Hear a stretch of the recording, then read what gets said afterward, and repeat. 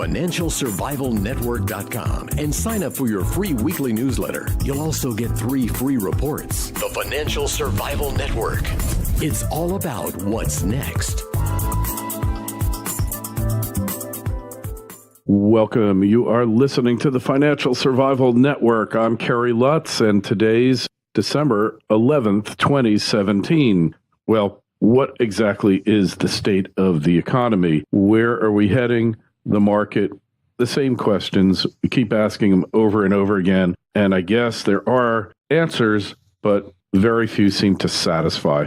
Oh, and as always, join the show, be part of it. Email us at kl@kerrylutz.com, kl@kerrylutz.com. Don't forget the Twitter feed, @KerryLutz. So is there a wealth gap? Well, obviously. Is it getting greater, or is it starting to shrink, or what is the trend? And with wealth comes opportunities. And what about that opportunity gap? Well, with us now is Lior Gantz. You've heard him on here before, and he heads up the wealthresearchgroup.com. That's wealthresearchgroup.com. Lior, welcome back to the show. Hey, thanks for having me. So what about this gap you're talking about here? So if we're discussing the wealth gap first, Kerry, the U.S. is built and designed through the petrodollar system to grow in debt. And that makes part of the economy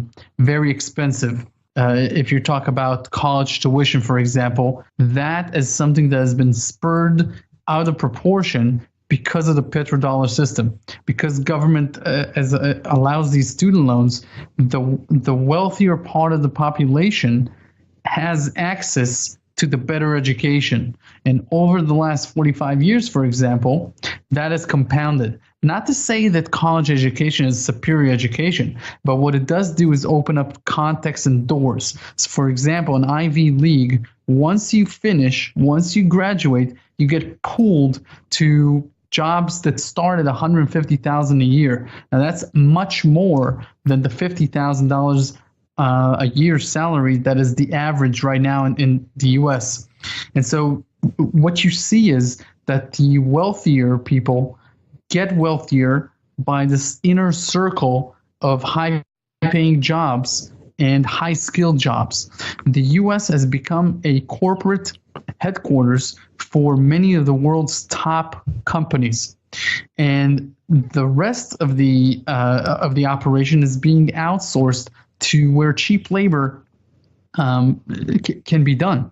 In other words, the U.S. is too expensive to manufacture, and its human resources are too good to pass on. So companies keep their headquarters there, but they outsource the rest of their labor force outside the U.S. Two things are happening.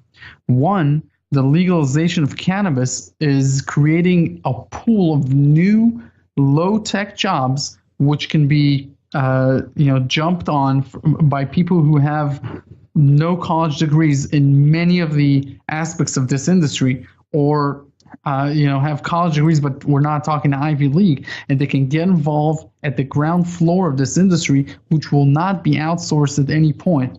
There is no reason to outsource the agriculture. It's not been done in the U.S. ever, and it won't be done. It's part of the U.S. most important industries. The second thing that is happening is the blockchain sector. That is also technology-based, and so the U.S. is a cutting-edge country and is leading it. As you know, programmers and coders can earn $300,000 and $400,000 salaries, and there are job openings, all across the board. And so what you're seeing is a wealth gap. The wealth gap is created between the about the 60% of the population that are in the lower quartiles and the 40% that are in the higher quartiles. Just to give you an example of how big that wealth gap is, the 1,000, so one person out of 1,000 in the U.S., if you take the richest person in every 1,000 group, he is richer than the 900 people below him. That is not a sound economy.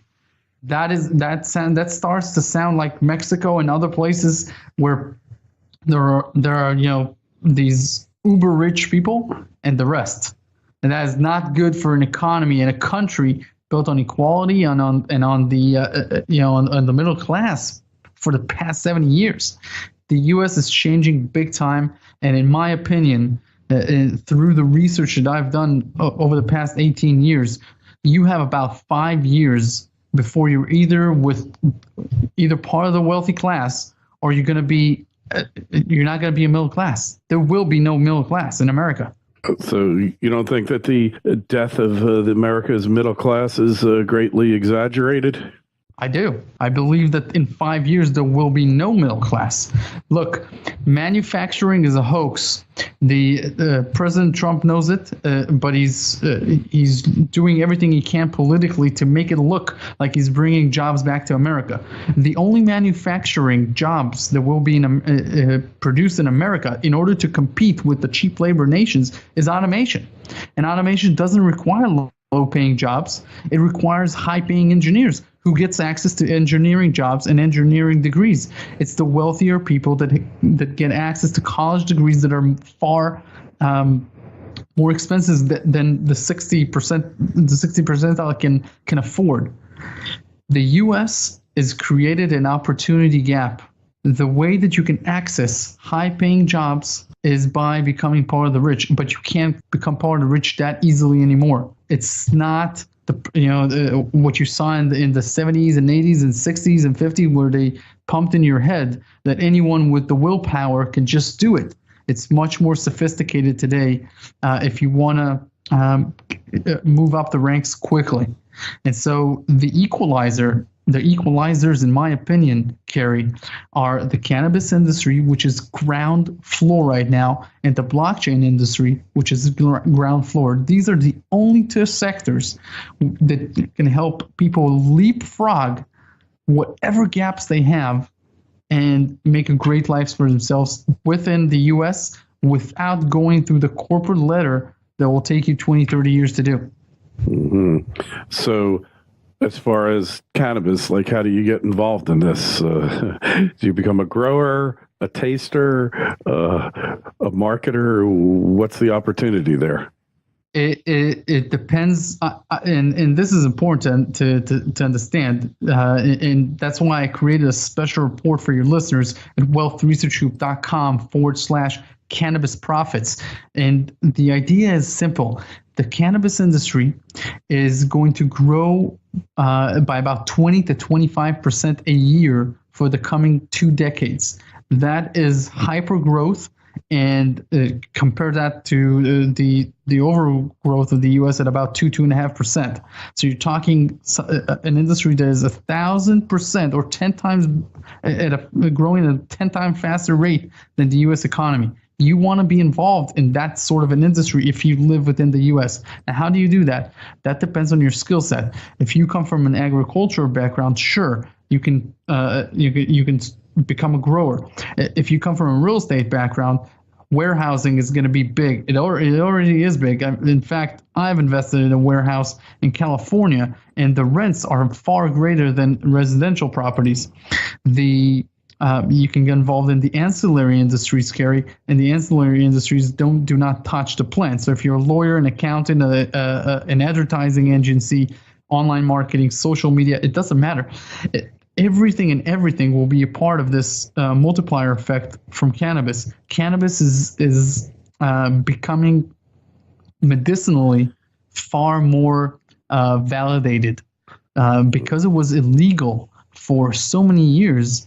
The grassroots movement that started to unravel the fact that it's a magnificent plant with amazing attributes behind it. It is not that mainstream. So most people do not know that that cannabis is as good for you as ginger, for example, right? So people immediately go to the Whole Foods and they know which plants are good for their health. Cannabis is great for relieving pain, etc., for helping with sleep problems. I don't need to tell you. You know that you know your stuff. So So you can get involved with it. So it's going to be King Cannabis rather than King Cotton, huh? We're switching plants. Not that cotton has been king for a long time, but the profits in it at every aspect, and not to mention the vaporizer industry. The vaporizer industry's multi-billion-dollar industry, although most of them are manufactured in China, of course. But hey, what? You're not worried about the federal government cracking down on this? Is it too late? Well, it's not even a matter of too late. Their agenda is not to crack down on the cannabis industry. Their agenda is to make sure that every state gets through the approval process and becomes legalized before they come in. Mm-hmm. And so they want to see what the landscape would be after 52 states go through the legalization process, and then they can create better legislation. So they rather keep the drug enforcement agency in business and keep those jobs for the government instead of firing a lot of people and making this legal already. And so what they want is for the states to come in and be proactive, which they are. The mother of all queens of cannabis is California. It's going to legalize at the 1st of January 2018 for recreational, what's called adult use. And Wealth Research Group in 2016, 2017 has profiled 4 cannabis companies which have gone up over 300% on average. Our last one doubled in 5 days in November. In Q1 of 2018 and Q2 of 2018, we are going to cover 5 new opportunities in the sector. And so you ask me how you can get involved in the sector. Kerry, you don't need to get involved in the industry as an occupation. In other words, I am not a medical doctor, but I own a number of pharmaceutical companies, meaning I own shares in a number of pharmaceutical companies. I obviously am not a very techie guy, but I own many shares of tech companies. You don't need to be part of the occupation in order to be part of the capital pie. That's the beauty of the stock market. You can sit at home, look at companies, and say this company is going to be solving many problems for their clients. This is going to be a great opportunity. And so you can get involved as an investor. Wealth Research Group, as I said, has profiled many companies, 4 companies already that have gone up on a 300% gain on average. And in Q1 of 2018 and Q2, we will be covering 5 new opportunities in California and Canada, which is legalizing fully by July 1st of 2018. So and that's obviously that's going to be out in the regular free letter that you can obviously subscribe for it on the website. The idea is very simple.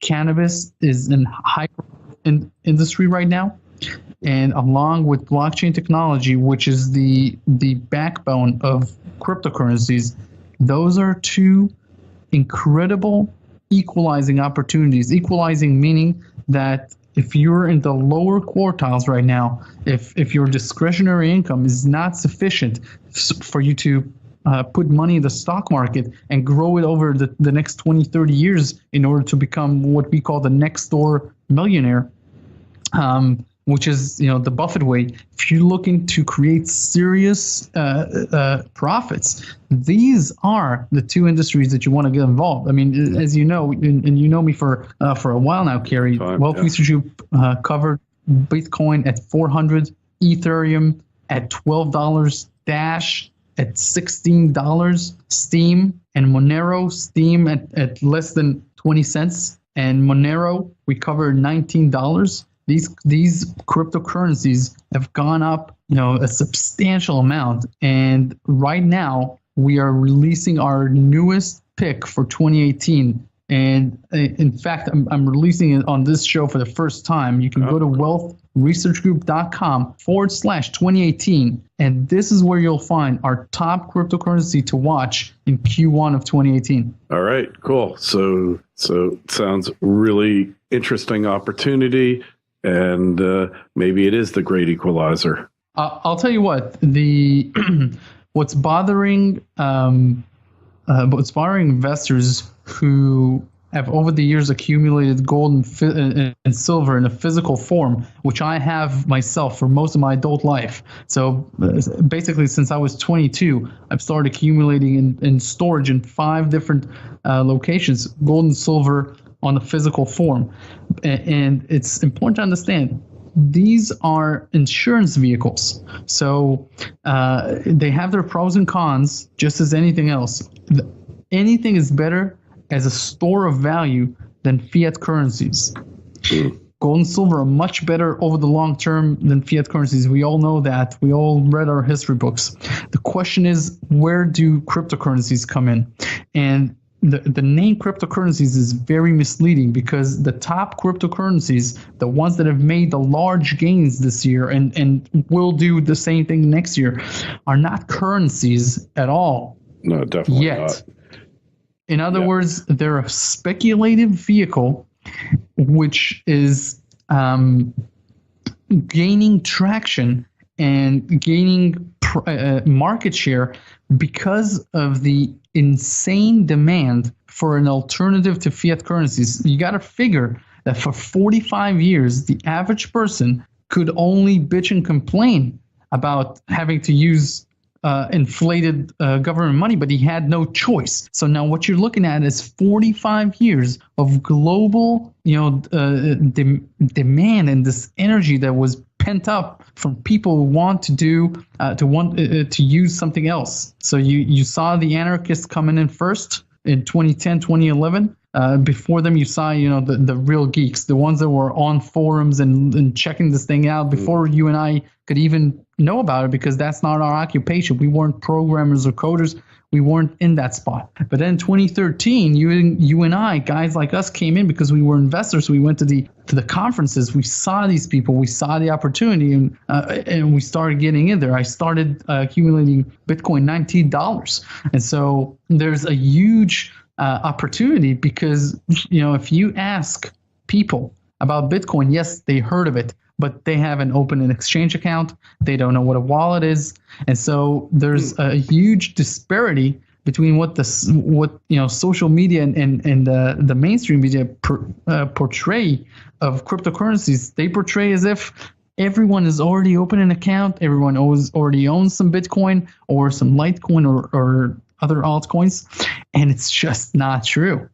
The underlying premise is very wrong. There's about 1 million people in this industry right now. Think of how many people own an iPhone, for example. When 1 million people owned iPhones, was that an iPhone bubble? Listen, if the cryptocurrencies, they solve real, genuine problems. They solve anonymity problems, privacy problems. They solve problems of inflation. They're pre-programmed to have a limited amount, and so they never can get inflated. They can be hard forked. There's all kinds of inflationary mechanism to them, but in essence, they solve they're part of the new economy. They're part of the anonymous, private, and super fast economy. Now, they aren't there anymore. They aren't there yet. And it's going to take them about 5 to 10 years. And many of them will obviously not survive this thing. But the ones that do will be stores of value in the future. But for now, they will be appreciating because of the pent-up demand. And I'll tell you what, Kerry, it's not only the cryptocurrencies, because if you try to go and buy Bitcoin right now on an exchange, you'll see that they allow you to buy like $300 or $400 worth. Yeah, and like so nothing. There's no liquidity. Exactly. And so what Wealth Research Group did is it looked into the stock market to see which company is a blockchain mining company. So in other words, which company is the backbone of this entire economy. So if you don't want to invest in a certain cryptocurrency, that's fine. Who's validating all of these transactions and chaining them on this block. Who's doing this? And so we found a company called Hive Blockchain Technologies. It's the only blockchain mining publicly traded company in the world. And it's a merge of a highly successful brand in Canada called the Fiora Group and the largest private mining company in the world, Genesis Mining. They merged to create Hive Blockchain Tech. And if you want to see the detailed analysis that we published, you can go to wealthresearchhoop.com/must, M-U-S-T. The company started trading, just to give you an idea of the amount of demand there is. It started trading on September 18th at 74 cents Canadian. It has gone up to 6.95 Canadian. So that's almost 1,000% move in 3 months. It's now trading for about 340, 350 as we're doing this interview. And they just bought another facility in Sweden. It's an incredible opportunity. And just think that this is what search engines are to the internet. The blockchain is the cryptocurrencies. You got to go through the blockchain mining in order to get to cryptocurrencies. So think about Google. It's a $700 billion company. Think of Hive Blockchain Technologies, the leader in blockchain. It's a 700 million Canadian company. It's 1% of Google. Amazing. In worth. All right. It's insane. All right. I'm sorry, it's a 1,000. Yeah. Interesting opportunity there. You should definitely check it out. Lior, just tell us again where we find you, the reports, everything else. Sure. So wealthresearchhoop.com. And what I suggest is just click on special reports. You'll see a wide array of download reports from any of the subjects that we discussed today. And if you want to access my personal journey into financial freedom, the way that I did it, that I reached financial independence, it's in a special report at wealthresearchhoop.com/freedom. All right. And we'll have a link to Lior's site in the show notes to this interview on financialsurvivalnetwork.com. Make sure you email us, be part of the show. The Twitter feed is @KerryLutz. The Facebook page is Financial Survival Network. Lior, thanks for the heads up on that stock and the emerging American economy. We'll talk to you again real soon. Thanks, Kerry. FSN Radio. It's all about what's next. Go to financialsurvivalnetwork.com and sign up for your free weekly newsletter. You'll also get 3 free reports. The Financial Survival